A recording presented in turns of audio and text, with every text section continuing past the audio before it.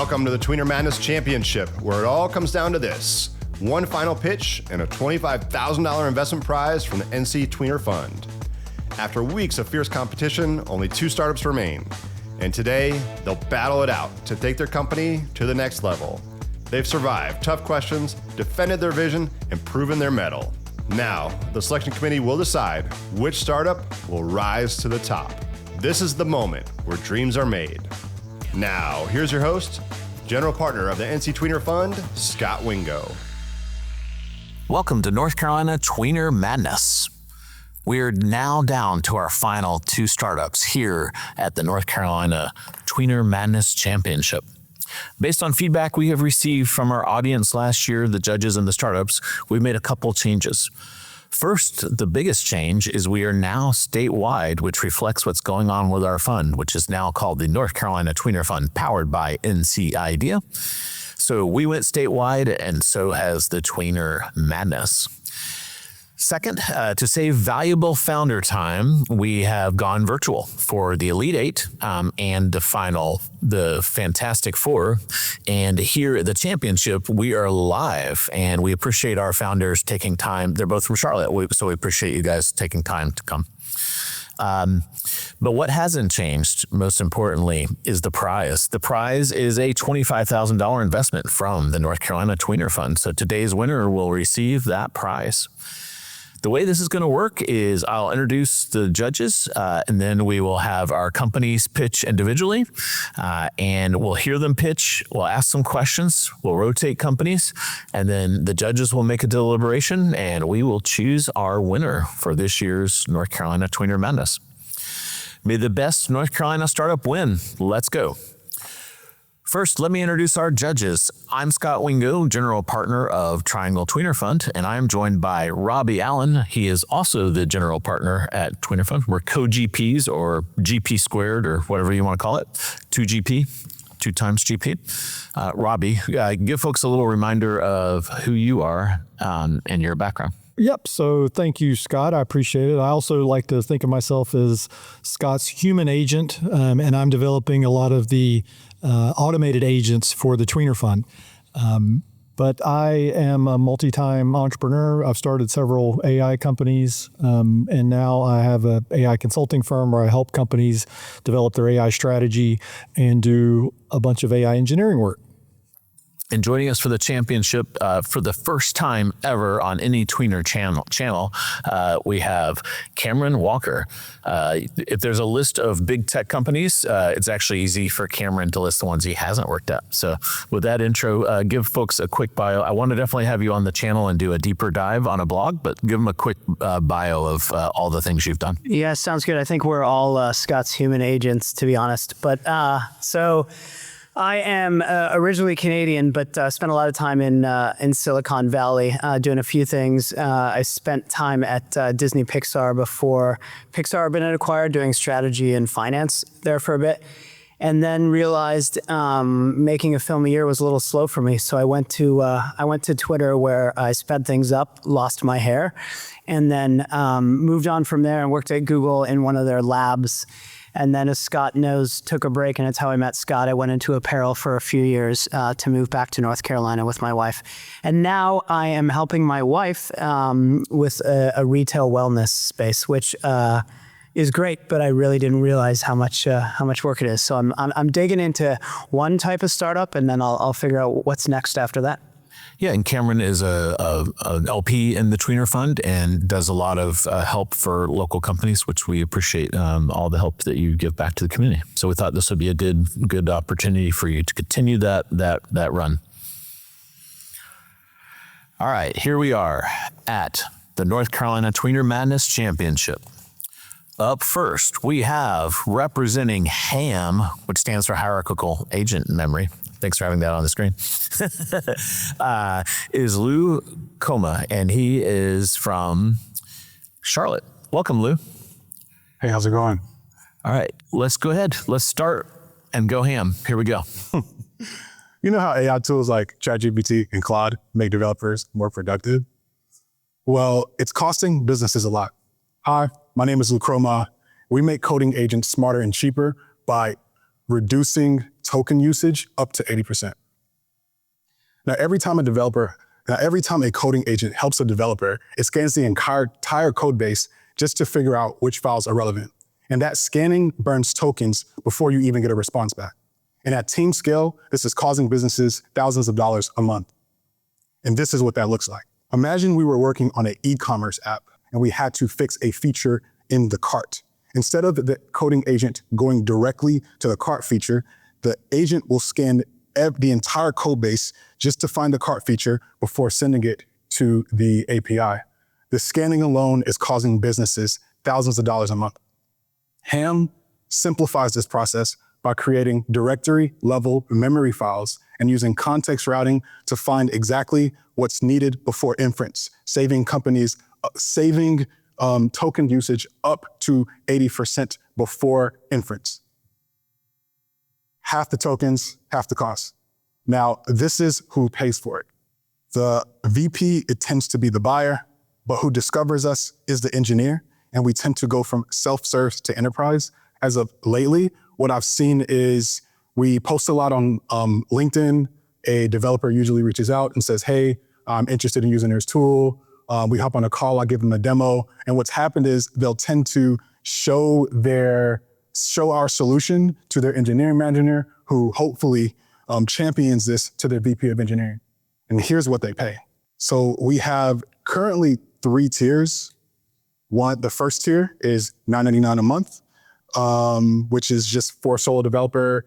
Ham tends to happen in the background. So as you're engaging with the coding agent, you don't really feel anything. But if the data is being pushed to a dashboard that you can track your metrics, see how much tokens that you're spending per trace, and at team scale, you can see it per trace, per engineer. And at enterprise level, we don't have any enterprise customers at the moment, but we are, when we acquire enterprise customers, we're going to be looking at a custom packaging just because we're going to have to be SOC 2 compliant before acquiring any customers. And the market for this is massive. As you can imagine, we're looking at a $12.8 billion market just this year alone. 84% of developers are using coding agents. Most of VC capital went to AI last year. And with tools like Replit, Claude Code, and Lovable, more people are becoming developers, so the TAM is expanding rapidly. Now, we already have some proof. So maybe around last month, I launched this as a open source Claude skill. We got around 30 stars, and we have 4 engineers actively experiencing some savings across a varying suite of businesses.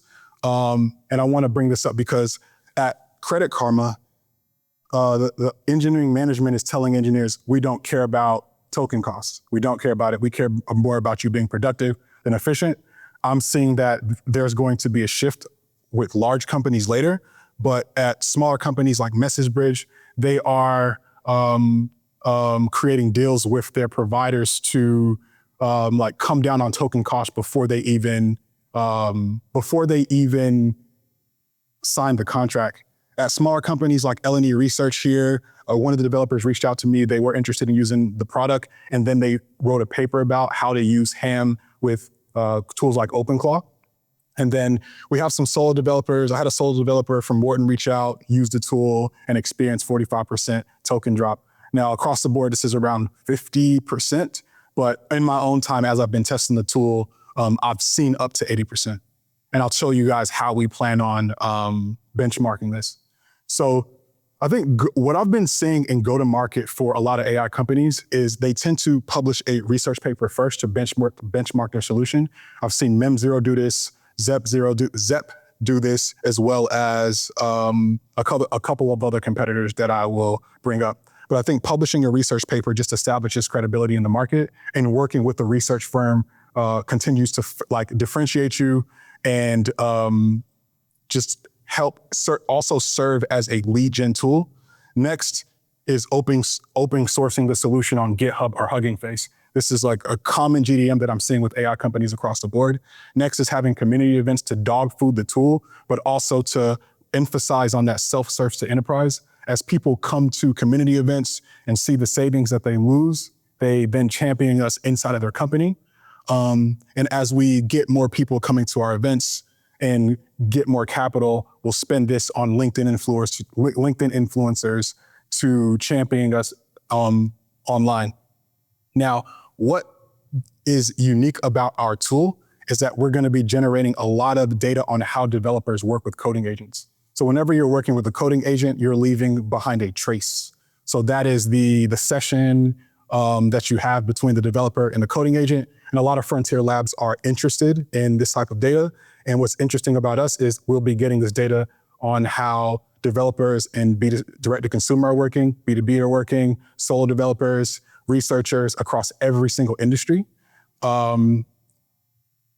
We are also language agnostic. Well, right now we work with 3 agents, Gemini, Claude, and Codex. And we plan on, continuing to benchmark our solution with partnerships with researchers. There is a professor at Chapel Hill that specifically focuses on hierarchical agent memory in Georgia Tech. So a part of us getting this capital is working with them directly to get a paper out, but also as they come up with new solutions, we can directly integrate that with our solution. There are there's a bunch of competitors in the market at the moment.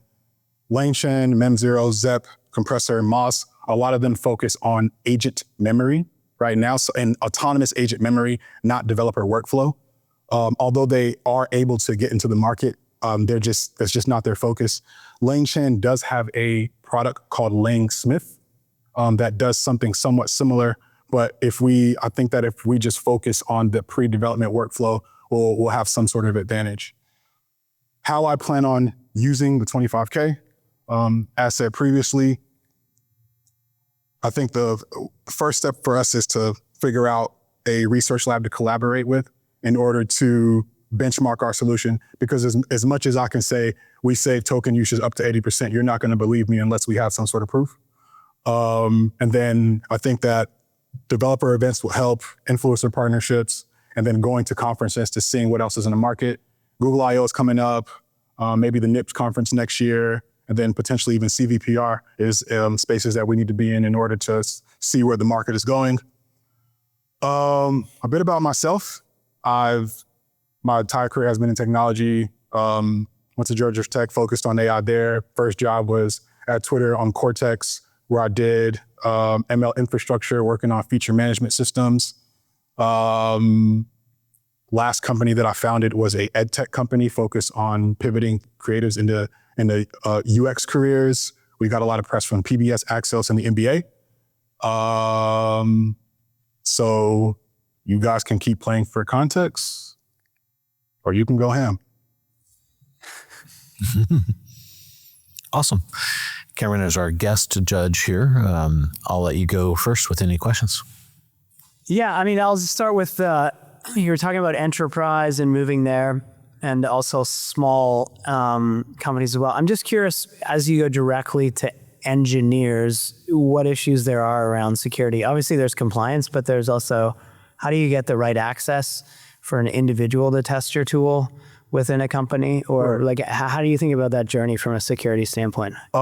So our tool doesn't make any API requests. It's actually, we just manipulate file structure. So right now, I saw you over there using Claude Code. You probably have a large memory file in the top of your directory.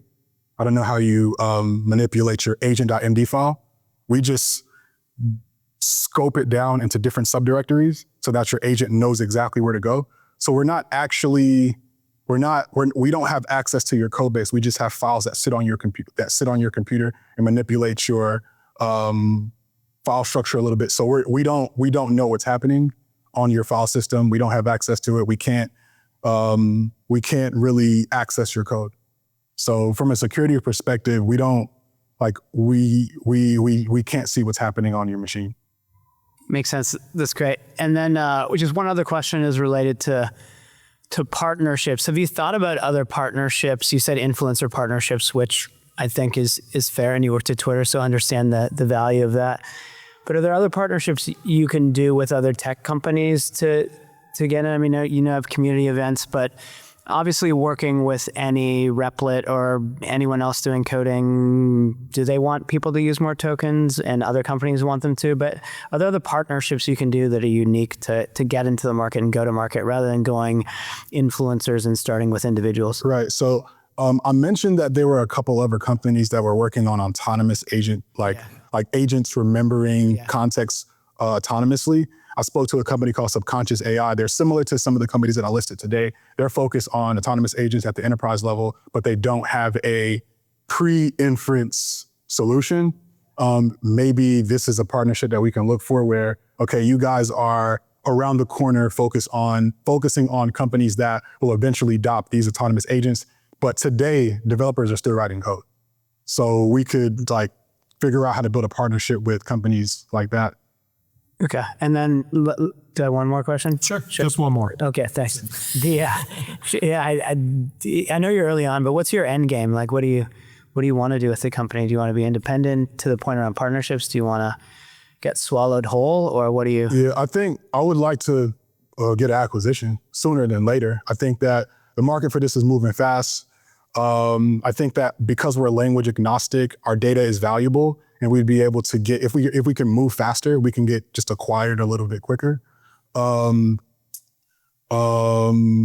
Raising capital just speeds that up. Like, of course, I mean, if I could get an enterprise deal and not raise any cash, that would be great. That'd be great. But if I'm being realistic, in order to move fast, I need people, I need a team. I need a very smart person that understands research, because I'm an executor, I don't do research well. So yeah, acquisition sooner than later. I don't need 100% ownership. Cool. Robbie? You sure? No more? 100%. Okay. Let's do it. So Lou, I appreciate it. Glad to see you going after this problem. I guess first question is, what's the installation process like? You'd mentioned that it was done as a skill for Claude, and I'm curious kind of what that process looks like what's involved in installing this into a code base. Afterwards, I'll send you the GitHub link. Is just one line install to your machine. That's kind of it. And early on, I noticed that when I was dogfooding this with some developers, some feedback that I got was, if I'm going to show this to my team, it needs to be one line that's on my laptop. So we made it a homebrew command where brew install, it's on your machine, brew login. If you want to do it as our pro tier, logs you in, you connect your repo. It happens really fast. NPM is still a bit weird. But yeah, claw skill, we have an open source claw skill that works. It's just one line and 1 or 2 lines, and then it should be on your machine. And then kind of related to that, what's the moat for this? Especially if it's a skill, it's all kind of our skill is readable and you can see it. And so what's going to prevent somebody else from doing something just like this? And I think that's the hard part in this this era of software. Because as soon as somebody can wrap their mind around what you're doing and they're motivated enough, they can grab it. So we put the claw skill out. I mean, it's a claw skill, so it's not really language agnostic. Second, all the other serious AI companies do it, right? They publish the paper, they put that on Hugging Face, and then they open source their solution so everybody can see that it works. You have to open source your solution, because a question that I'm going to ask is, how do you know if it works? And then the engineer is going to have to go in, make sure that it works, make sure that it's doing what we say we're doing. I think what's actually going to differentiate us is we have to work with a lab, and a lab that is ongoing doing research in the area that we focus on. So if we can find a lab that only does hierarchical agent memory, that's their research focus, so that they can constantly tweak that algorithm and test it on us. I personally think that's the only way to differentiate yourself in this market, because researchers are the new engineers now. I think the other thing that would be super helpful for me if I was looking at this is just for you to focus on the instrumentation piece of this. So make it the one line install, and then let me run it for a couple of days, and then let me run a command to see what the after is. We have a ham savings, and then a table shows up, and you'll be able to see what you benchmark versus there's a benchmark table that shows up. Yeah, that would be super helpful, because then, again, I don't necessarily need the research lab to tell me that your solution's great. Right. I would just run, if it's that easy to run, I would just run it and then see what it looks like after a couple of days. Cool. Let's talk a little bit more about go-to-market. Where are you on building that out? Right, so I launched a Claude skill first, and because of my background, most of my friends are engineers. I just dropped it in the chat, like, use this, tell me how you think about it. Once I kind of got some feedback there, I'm like, okay, I need to have a community event, because as I look across the market, that's what I'm seeing a lot of AI companies do. Have a community event, have a bunch of people come to you, force them to use the tool, get feedback on it. Some people take it to their managers, some people don't, but it's just a faster way to iterate. Yeah, so maybe like, hopefully with these funds, I'm able to have a couple of community events throughout the year. Yeah. When you had your event, how many people showed up? Maybe like 40, 50. But I didn't most, but I've had events in the past, like a lot of events in the past. In the Charlotte market, people know me as like a tech person, so they show up. And how many stars does your GitHub have? Right now it just has 30. Yeah. And then has anyone signed up for the $9.99 plan, or 4 people? 4 people. Okay. No small teams or no small teams yet. Yeah. And then let's say you went and did a round of like 250K or something. What would be like the next hire that you would have? I would go to a lab, if I'm being honest. I would go to a lab and try to build this partnership with find a research engineer with the lab at Chapel Hill, Georgia Tech, and say, hey, I'm doing this thing. I need somebody to just do this for a summer, maybe 2-3 months. And then for the most part, I do most of the building, and I think that I can hold off for now at least and just kind of stay skinny. And then again, I think creating this partnership with a company that's focused on autonomous agent memories, I think those would be my next 3 steps: is research partnership, community events, and then marketing spend. Yeah. Is there a business model kind of like the Red Hat model where you have this open source piece and then you charge for enterprise support, or you have an upscaled version of it that has maybe at some point, maybe you'll need some more governance or that type of thing? Is that? Maybe, but I'm still early, and I think that the business model around AI companies is shifting, where I'm charging per seat pricing, but what's that mean if people are getting laid off? And then another thought I have is I looked at the you know how HVAC companies, their revenue model is we save you money, we plug in and then we save you money and then you just pay us for the cost. Yeah. I think that maybe in the near future, if cost for, I don't know if there's an energy gridlock on the country and now API costs are astronomical, companies are saying we need to be more efficient. We need companies to come in and save us money and we'll just pay you for what you offset. I think that could be a potential business model for this industry, but I think things are happening so fast, right? Who's to say in the next 3 to 4 months, context windows increase? Everybody thinks they're going to save tokens, but then people just use more. So I'm learning on the fly. Yeah, every time the cost per token goes down, the usage goes up more. It's Javen's paradox. Who's that guy? Yep. Yeah, Javen's paradox. And I think that they're just getting us high on the supply right now, and there's going to be a time at some point in the future where the price curve is going to not go in the favor of users. Right. And it's good. Because right now I feel like we're going to look back on this time as this freewheeling. We could just use as many tokens as we want without really having to bear the cost. And that just the way that business works over time, that is not going to maintain. And it's going to be where you want to be able to accomplish all this stuff, but now it's very expensive relative to what it was in the past. So I think something like this is going to become more and more important in the future. And what I'm hearing is that people aren't seeing an ROI yet. For example, at one of the companies on this list, they're measuring engineering efficiency by the PRs that they produce. But just because an engineer produces more code doesn't mean that the company makes more money or they're hitting any KPIs. But right now, that's the barometer of success at certain companies. You guys are writing more code, thank you. But eventually, we're going to need to see we spend all this money on tokens. We reduce the company, but we're not seeing an ROI, or we are seeing an ROI. Who do you see is are small companies trying to reduce their costs right now on this, or do they have enough funding and they're just spending like we're talking about, and there's no constraint? What is the best company to focus on? Who's trying to save money? Right.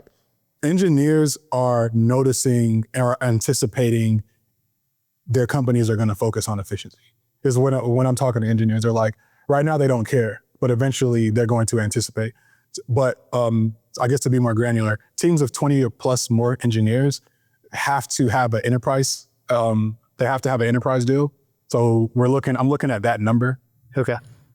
Yeah, I've met developers that they'll run out of tokens and they're idle until there's like a 3 o'clock thing on the East Coast, and they're just like waiting for their meter to reset. So this could help them to kind of keep the meter running.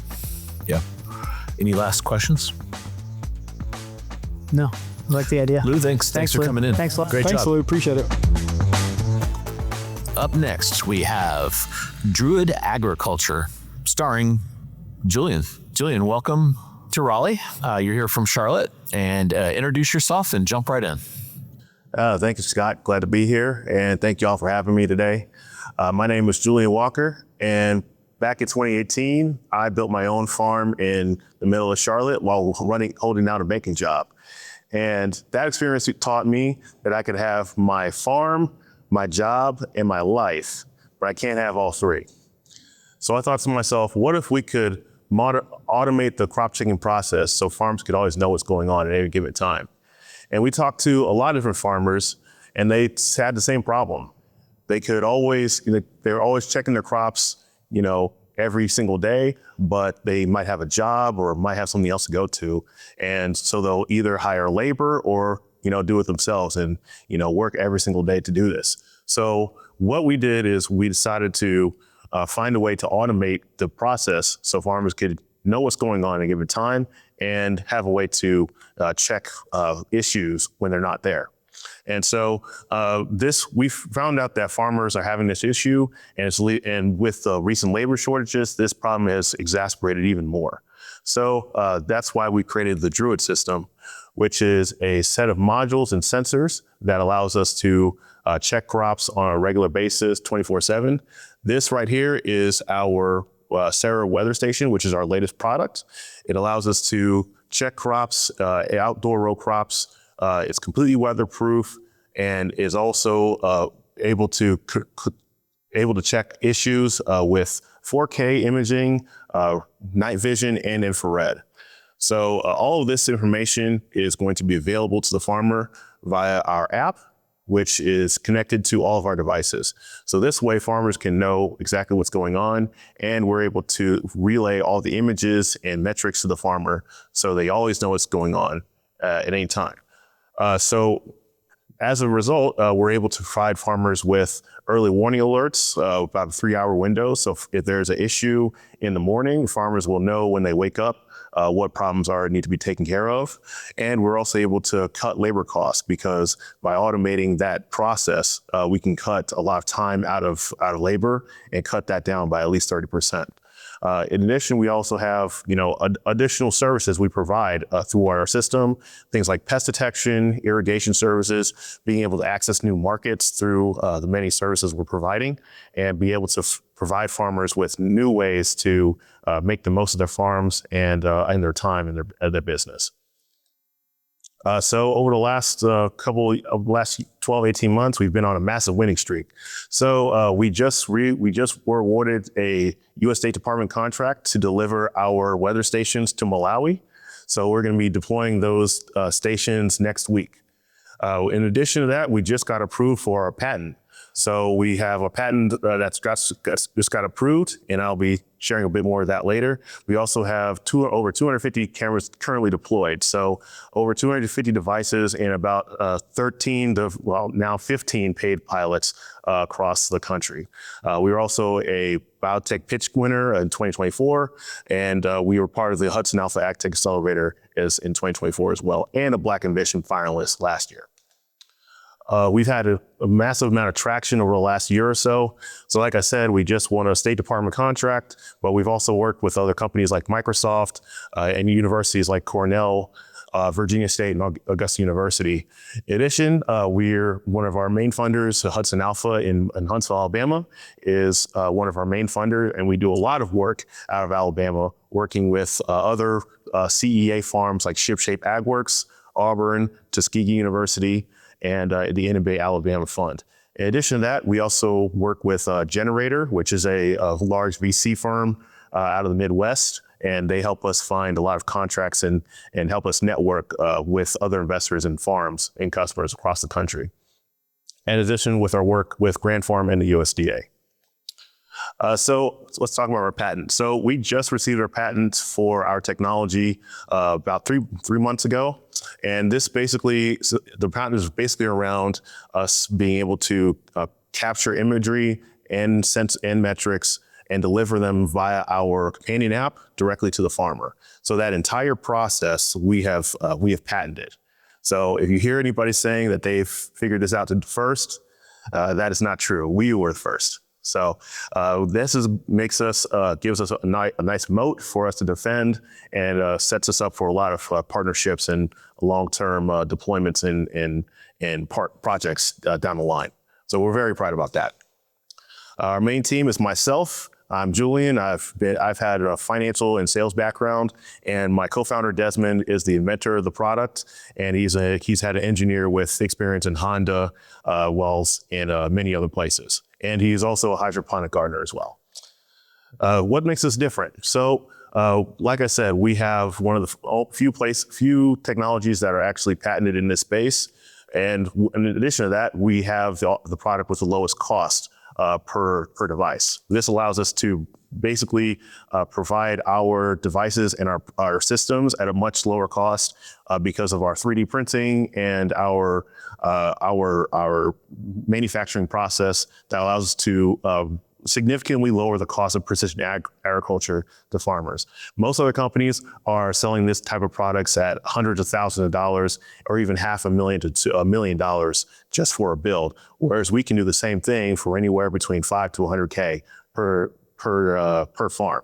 So we can significantly lower the cost, and we have patent IP protection, and our software and our hardware is American made. So no tariffs, no problem. This market has been extremely fast growing over the last year or so, over the last few years. In indoor precision ag, which is greenhouses, indoor farms, aquaponics, things like that, though that's about a $3.2 billion market, but precision ag as a whole is about $11 billion in the US. Right now, the global precision ag market is $51 billion, and this is growing at 25% year over year. So this type of technology is going to be more accessible because of Druid, and this market is going to grow significantly over the next 5 to 10 years. So that's the presentation, and so I'd love to answer any questions and hear from you guys. Thank you. Thanks, Julian. Cameron, you're our guest judge, so we'll let you go first. My pleasure. Thank you. Cut me off if you need to. Just cool product, by the way, and congrats on Malawi. That sounds amazing. Thank you. When you showed the size of the market, how do you think about who your focus is? Is it indoor? Is it outdoor? You showed an image. Outdoor. You've talked about farms, but what's your focus, and where's the sweet spot? And I asked that first question, then B, how do you think about that economically from a sweet spot perspective? Like why? Yeah. So now that we have our next product, the weather station, we now have a product for indoor and for outdoor farms. So as a whole, we see ourselves as addressing farmers in the small, medium size, SMB farmers in that sector. So that's about 90% of farms in this country, and the other 10% is $1 million farms and up. So most of our competitors are addressing that little slice, but we're addressing the majority of farms. So essentially, we're making precision agriculture accessible to the 90% of farmers in this country and in countries like Malawi and other places across the world. So you mentioned Malawi, and I'm just curious. You often talk about how do you expand and what does international mean, those types of things. What is the role of Malawi, and do you believe you should go international right away, or why do it? So we're part of a program called the Mandela Washington Fellowship, which is basically a way for U.S. companies to enter a new market like Africa and be able to demonstrate their products and their technologies in new places. So that's why we decided to go with Malawi. And so we're going to be deploying our technology there basically next week. So we're finishing up testing and delivering the product in a few weeks. So yeah, and we see that as important because, especially for a market like Africa where they're emerging, the economy is growing over there. And so a lot more people are going to have access to this type of technology, and especially with infrastructure projects like internet access, electricity, things like that. That's going to increase the demand for more precision agriculture technology. And we're basically right there, ready to service farmers for that. So you say it's a strategic focus to go? Absolutely, yeah. Okay. Yeah, so yeah, we're going to focus on the American market as well.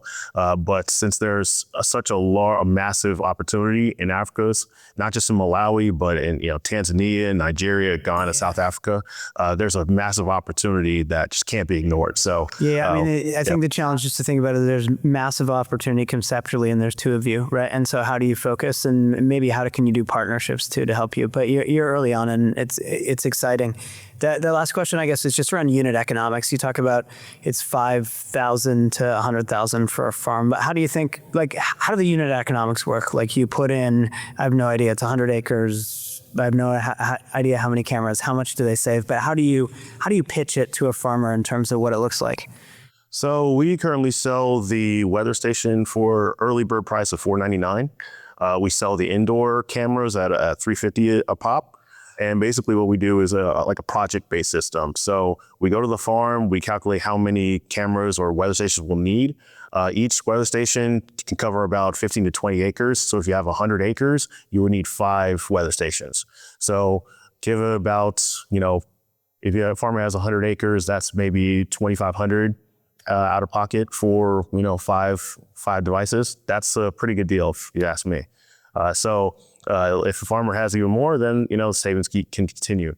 So that's kind of our pricing, and we basically figure out exactly how many a farm would need so farms can know what's going to be needed for the farm. We also provide access to our accounts, the companion app accounts. We provide access to the companion app accounts at $25 a month per user. So basically, 12 months is about $300. So basically, the project or the total invoice comes to how many cameras you'll need and how many members of the team will have access to the account. Thanks.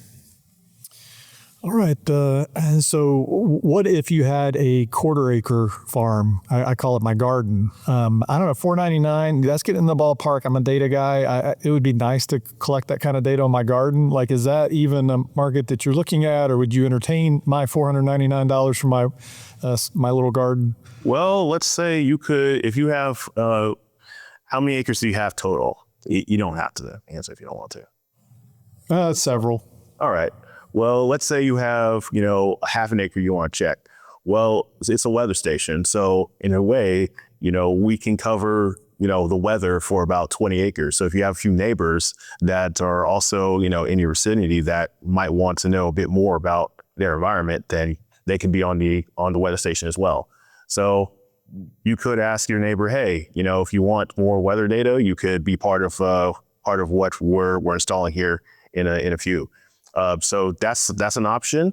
Also, if we have the smaller cameras.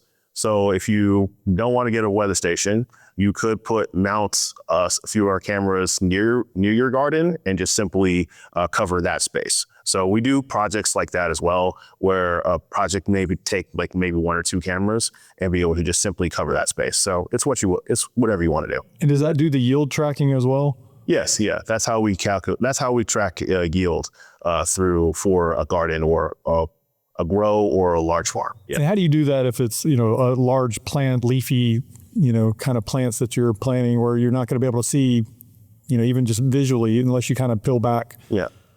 So what we're doing is we're developing computer vision models so we can track things like yield, pest detection, crop health, things like that. And so all on our devices, we can calculate regular RGB, infrared, and night vision. And that allows us to be able to calculate something called NDVI, which is the Natural Differential Vegetation Index. That's basically a number that tells farmers how healthy a crop is. and we'll be able to determine that based on a number of readings and relay that to a farmer through our companion app. And so you said with pest, are you able to set up like alerting to let me know when those squirrels are getting my tomatoes? Absolutely, yes. So that's kind of what we're setting up, is a way to alert farmers, whether there's, a squirrel in the backyard, or, if the crops need more water, or, your neighbor's walking by. We can set the notifications to whatever you want and be able to provide you with an early warning of any issues that are occurring in the space you're covering. Are you doing anything with the soil, or is it just visual? Yeah, so the weather stations, there's an optional add-on for us to add soil sensors to the base of the weather station. So that sensor will be able to cover that same area and be able to relay a reading through the app. All right. Cool. Is there so if a farm doesn't have Wi-Fi, like are you having a cell device in these things? Like, how is it talking? So every device, and thanks for asking the question. So we have a way to, each device, each weather station, it comes with Wi-Fi and a 4G LTE hat, 4G antenna. And so we're able to relay network issues, alerts through 4G. If you don't have Wi-Fi, or if you don't have 4G or Wi-Fi, you can set up a Starlink terminal and be able to get a satellite internet and relay it that way. So if you have 4G, you have Wi-Fi or satellite, we can address that. And it's solar? Yes, and the devices are solar powered. Yes, yeah. Yeah, and I see like a weather direction and speed, a solar panel, and a camera one direction. Is it going to spin and the camera's going to look around, or is there a camera on multiple The camera dimensions? itself, it does have a way to pan and be able to rotate. And we're basically able to switch between the multiple lenses, basically infrared or night vision, through that device. Got it. And then I have the benefit of seeing your past pitches. They're new. And you previously talked about, the potential for a drone type situation. Is that still on the table? Yes, that's still on the table. In fact, my co-founder started out building drones, so he has a lot of experience in that field. And we started with cameras because we wanted to be able to, track things on a 24/7 basis. But for, large scale agriculture or much larger projects, a drone makes a lot more sense for that. So yes, drone is coming soon. Yeah. I know there's companies like Planet. I don't know if you know them, obviously, with satellites, and they're working a lot with farmers. Do you see opportunity to partner with them at all? And so, because as I think about a drone, they see a large lens, and then they have to ask themselves a question about, as I zoom in, I can't see what's happening. You're talking about Planet, the satellite company, yeah, right? the satellite company. Yeah, sorry. So we've heard of them, and so they provide imagery from their satellites, but it's not necessarily going to have the real-time data coming from the ground. It's just gonna, it's a satellite. It's gonna take a picture and then circle the Earth. So that's kind of the difference, is where we're providing real-time data on a consistent basis, whereas something like, a satellite is just going to, take that one image and then you have to refresh that. That's why I think it's an interesting thing, like, can you work together, right? Because you fill a gap anyway, because I know farmers are using them. I'm not against it. It's potentially, and I think there's a room for collaboration on that front. I'd happy to discuss it if they're interested. I mean, the other idea is, just as I think about there's a lot happening in forest fire investment, obviously. And so when I see this and sort of the applicability. But I'm glad you brought that up, because some of the work that we're doing in Alabama is we're going to be working with the forestry industry to be able to set up these weather stations in various plots and be able to track forest fires or forest fire warnings from the devices. So yes, it's set up for that as well. Let's talk about go-to-market. How many so I read all these articles that the small independent farmers kind of, selling, and we're getting these mega farms. I don't know what the actual, there's some other word they use for them. Does that make your life easier or harder? It seems like the small ones would be a good way to get into the market and then work your way up to the big. But if there's less small ones, I don't know the farm market. Walk me through like what your go-to-market is on how you're going to tackle that. No, I love working with small farmers because they're generally more honest. They want to, you have a certain thing. They want to be able to, address more issues more at a cost-effective way. And that's kind of what we're offering. And, we set this up, we built this so we could address, the small farmer, the average farmer, and be able to, so they could have access to precision ag and be able to do even more with what they're working for. So yes, that's something that, we're going to continue to do. And we've got a lot of our best feedback from the smaller farmers, and, it's helped us build better product overall. So yeah, absolutely. Got questions, guys? Awesome. Well, thanks for coming in. We really appreciate it. Thanks, Thank you, guys. Absolutely. Yep. Yeah. Okay, we have seen our two pitches. We've seen Ham and Druid Ag. Let's start.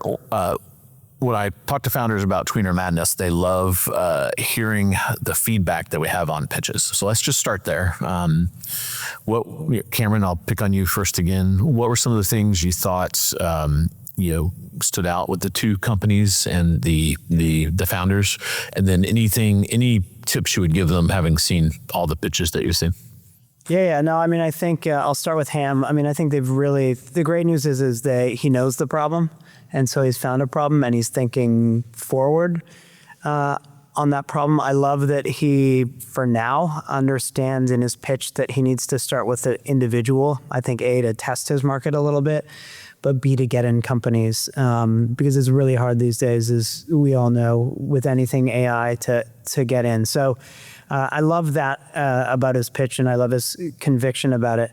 I think one thing, just as feedback, is the research side I get, but the question I think is sort of what is the true value and what does that do for the future, and really sort of laying out, I think, a go-to-market in more of a sequential piece so you can understand what that looks like. And then just the true economics of like, how can you do this? Like, I think there's a model, we talked a little bit, you said, more of a freemium model. Is there an opportunity? So really in the pitch saying what that can potentially look like. But I thought it was a good pitch with a real problem.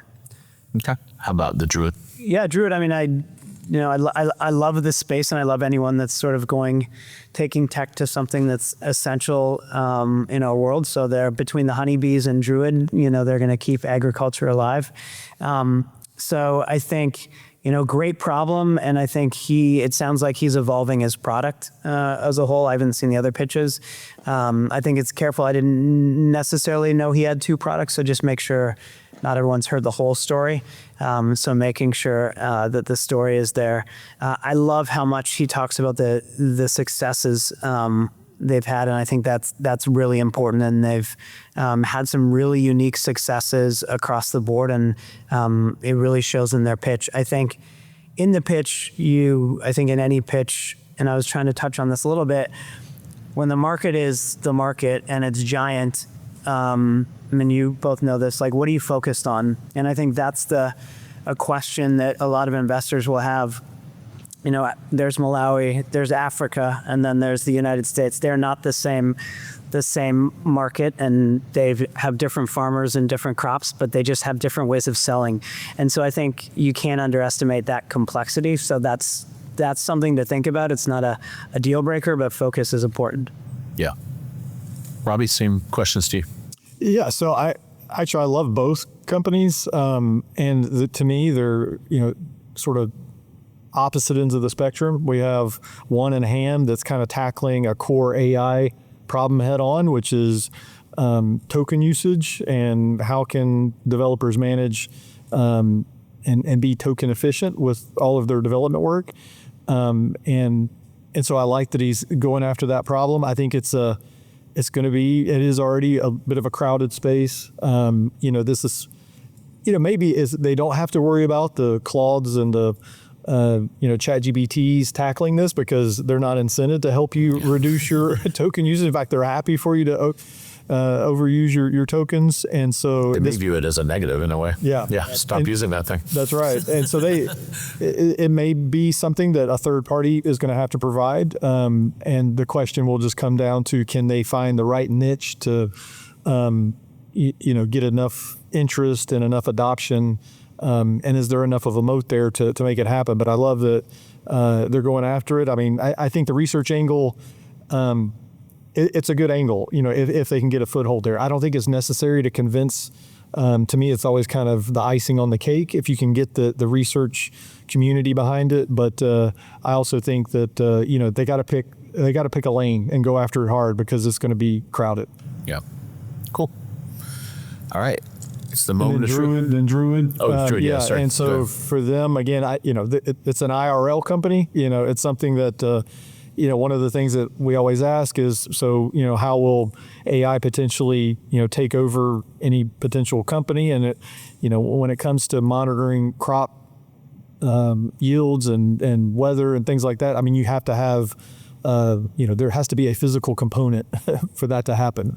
And so, I think Druid's in a good place there. Essentially instrumenting the farm makes a lot of sense.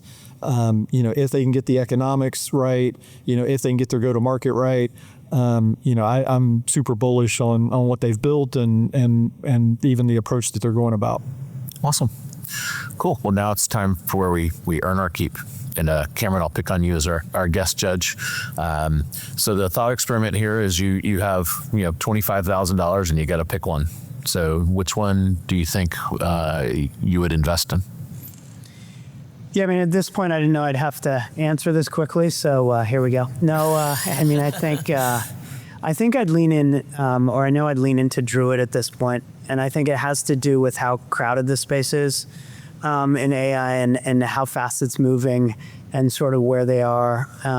But Druid, I think, is solving a real problem. I've seen a few other companies tackling similar things, and so I think, Druid, I'll stop there, but happy to give more info on it.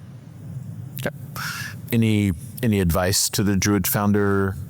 One thing I worry about is it's kind of a hardware sale, right? And then the software felt underpriced. So I would, maybe that subscription ticks up the more devices you have, or it felt like maybe he's underpricing it, but maybe I don't know how much budget farmers have either. No, so I agree. I mean, 25, tricky. I don't know how many users they have, so that's my challenge. But 25, I mean, we pay 25 for things, right? For much smaller problems. So, yeah, I think that's a good tip, because I didn't, he said hardware and then he added that in.